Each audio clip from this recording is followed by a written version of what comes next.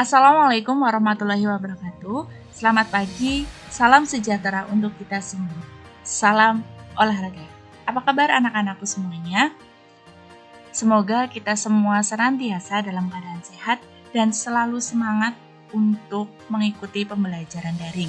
Khususnya adalah pembelajaran mata pelajaran Penjasorkes. Nah, pada pertemuan kali ini, Ibu akan menyampaikan materi terkait cabang olahraga atletik, yaitu khususnya adalah nomor lari sambung atau lari estafet. Sebelum masuk ke materi, mari kita sama-sama mencermati peta konsep yang akan kita pelajari. Peta konsepnya meliputi pengertian dari lari sambung atau lari estafet itu sendiri, kemudian nanti ada sejarahnya dari lari sambung atau lari estafet, nomor yang dilombakan, teknik dasarnya meliputi gerakan start, gerakan lari, dan gerakan memasuki garis finish. Pada gerakan start, di nomor lari sambung atau lari estafet itu berlaku dua gerakan, yaitu start jongkok dan juga start melayang. Untuk gerakan larinya, nanti di sana kita akan menemui proses perpindahan pemberian tongkat dan penerimaan tongkat. Lanjut, nanti kita juga akan mempelajari daerah pergantian tongkat, dan yang terakhir bentuk latihan yang dapat kalian lakukan secara mandiri, secara individu, dan kalau normal kita bisa melakukannya secara bersama-sama untuk dapat mencapai atau untuk dapat mempraktikkan keterampilan lari sambung atau lari estafet.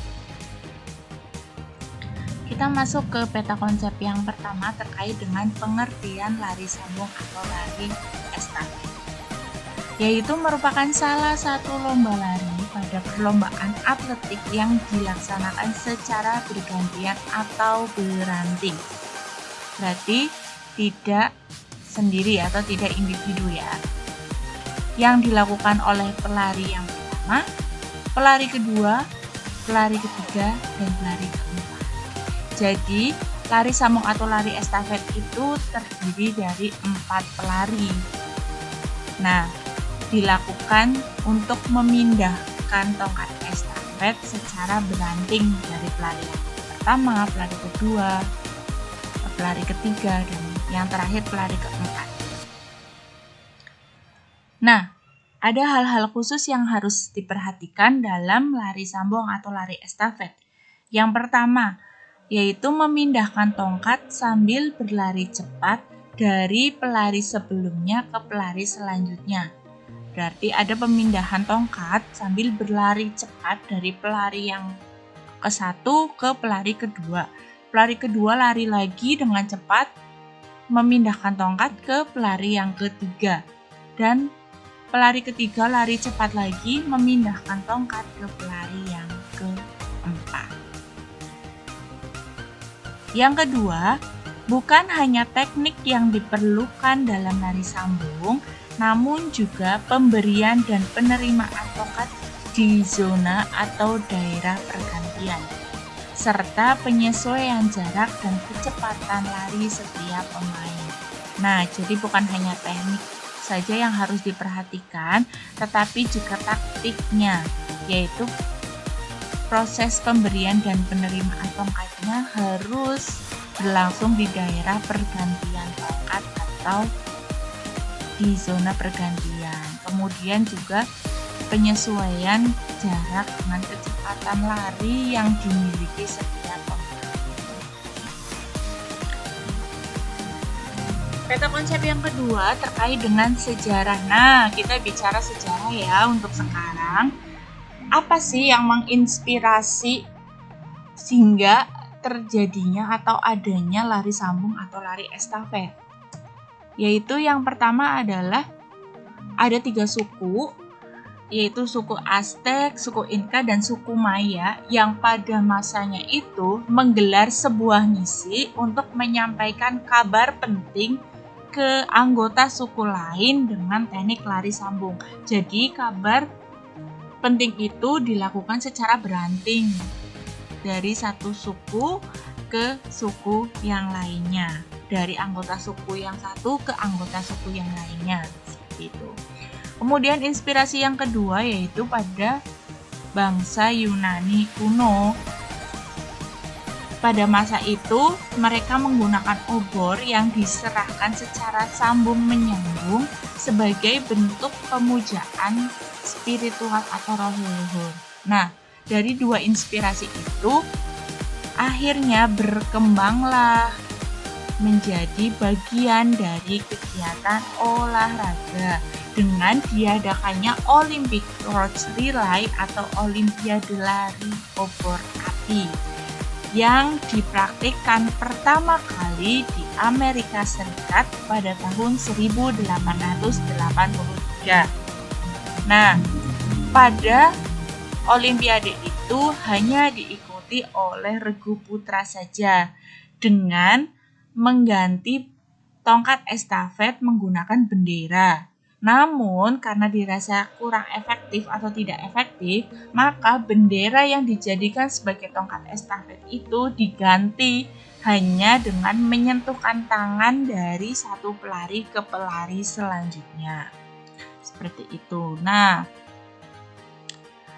sehingga dari inspirasi kemudian berkembang diciptakanlah atau terciptalah Olimpiade untuk lari sambung atau lari estafet yang pertama kali itu pada tahun 1992 di kota Stockholm, Swedia.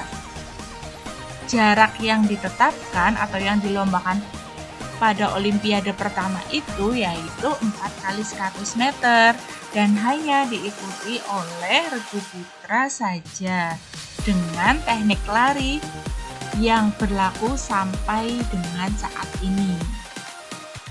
Nah, itu adalah sekelumit sejarah terkait dengan adanya lari sambung atau lari estafet yang berlaku dan masih dilombakan sampai dengan sekarang ini. Lanjut, kita masuk ke nomor yang dilombakan dalam lari sambung atau lari estafet. Itu ada 2 nomor, yaitu nomor lari 4 kali 100 meter putra dan putri dan nomor lari 4 kali 400 meter putra dan putri. Selanjutnya terkait dengan teknik dasar. Tadi di depan di peta konsep sudah dipaparkan. Teknik dasarnya itu ada 3 macam. Yang pertama dari startnya. Start yang digunakan dalam lari estafet atau lari sambung itu ada start jongkok dan juga start melayang. Yang kedua, gerakan lari.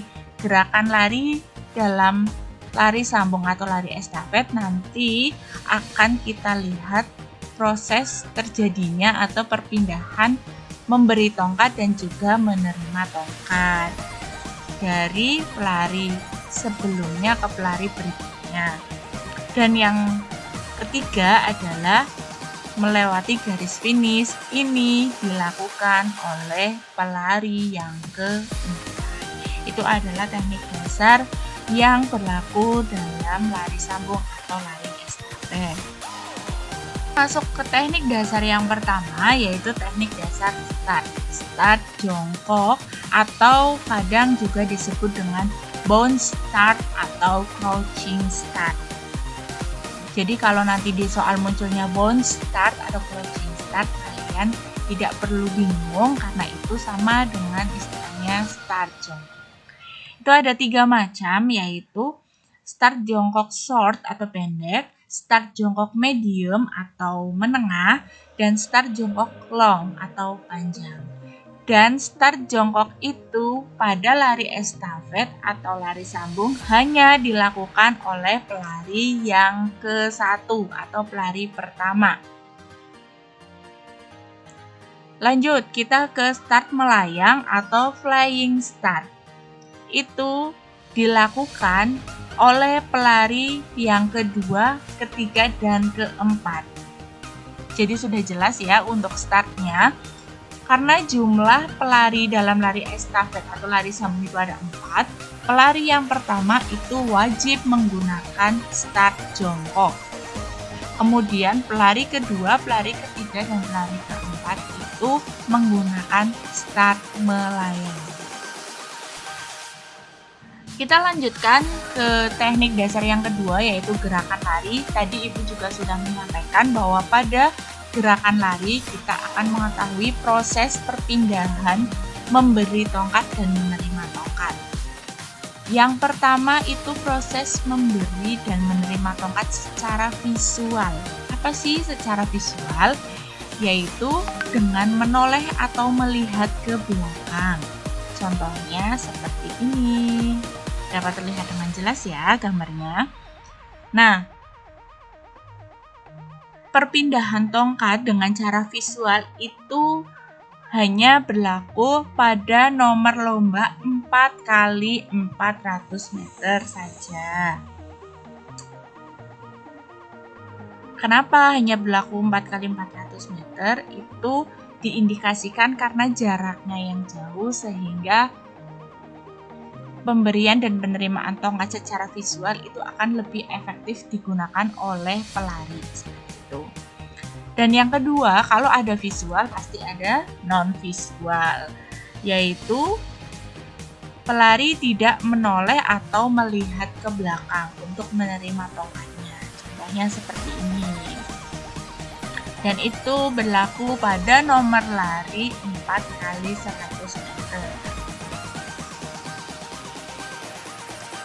Lanjut, dalam memberi dan menerima tongkat juga ada dua macam cara lagi, yaitu melalui bawah dengan pemberi tongkat memberi dengan tangan kanan, memberikan tongkat dengan tangan kanan, berarti penerima tongkatnya menerima dengan tangan kiri. Itu saat akan memberikan tongkat, ayunkan tongkat dari belakang ke depan melalui bawah. Tangan penerima berada di bawah pinggang dan telah siap di belakang dengan telapak tangan terbuka menghadap ke bawah. Itu memberi dan menerima tongkat dengan cara lewat bawah. Nah, kalau ada cara lewat bawah, pasti ada cara lewat atas. Pun masih sama, ketika pemberi tongkat itu menggunakan tangan kiri, berarti penerima tongkatnya menggunakan tangan kanan. Caranya pun hampir sama. Saat akan memberikan tongkat, ayunkan tongkat dari belakang ke depan atas. Tangan penerima berada di bawah pinggang dan telah siap di belakang dengan telapak tangan terbuka menghadap ke bawah. Begitu. Itu adalah proses yang terjadi ketika gerakan lari. Ada proses perpindahan memberi tongkat dan menerima tongkat dari pelari yang sebelumnya ke pelari yang selanjutnya.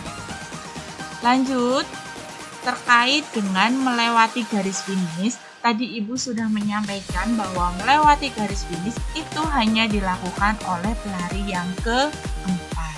Caranya gimana, Bu? Yang pertama, menjatuhkan salah satu bahu ke depan. Yang kedua, lari secepat-cepatnya sampai melewati garis finish. Dan yang ketiga, membusungkan dada ke depan. Kita masuk ke peta konsep selanjutnya, yaitu daerah pergantian tongkat dinamakan dengan whistle zone. Daerah pergantian tongkat dinamakan whistle zone. Itu ada pelari 1 menempati posisi start pertama dengan lintasan tikungan. Pelari yang kedua menempati posisi start kedua dengan lintasan lurus. Pelari yang ketiga menempati start ketiga dengan lintasan tikungan. Dan pelari yang keempat menempati posisi start keempat dengan lintasan lurus dan berakhir di garis finish. Ini berlaku pada nomor lomba 4x100 meter karena jaraknya hanya 400 meter. Kalau nomor lomba 4x400 meter, pelari pertama mengalami yang namanya lintasan tikungan dan lintasan lurus karena 400 meter.